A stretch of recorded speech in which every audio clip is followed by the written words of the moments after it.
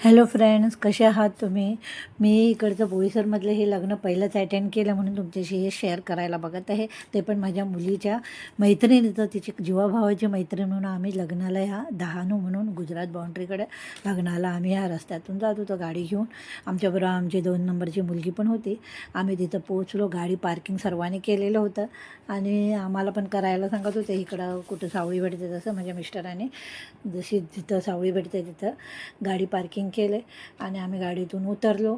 Entry हे बघा किती छान केलेली आहे. एंट्री म्हणजे स्वागत वगैरे सर्व मांडव वगैरे मस्तपैकी, ज्यानं करून ऊन बाहेर लागते तेवढं त्या मांडवामध्ये ऊन लागत नव्हतं. लोक सर्व जमा झालेले. अजून नवरा वगैरे यायचं होता. एंट्री हे बघा, नवरा नवरीचे दोघांचे पण फोटो पोस्टर, स्टेज वगैरे मस्तपैकी सजवलेलं होतं. आणि इथं पाटावरती त्या तुम्हाला हे मी इथं स्वस्तिक काढलेले पाटावरती दाखवते, ज्यानं नवरा नवरीला उभं करतात आणि म्हणजे आपलं वरमाळ घालायचं. हे बघा स्वस्तिक वगैरे काढलेलं. आणि इथं हा मुलगा गाणं म्हणणारा पण होता.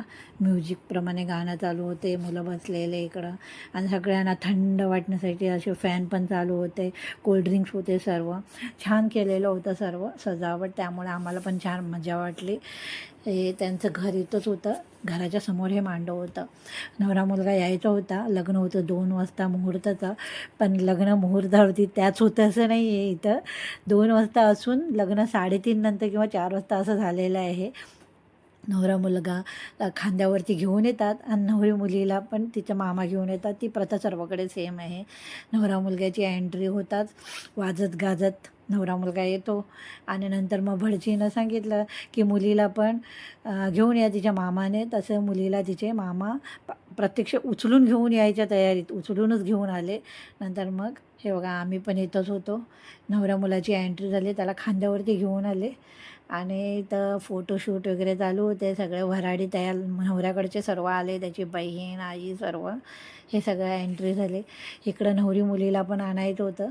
हे सर्व प्रथा जशी असते तशी थोड्या वेळानं त्या नवऱ्या मुलाला खाली उतरवलं.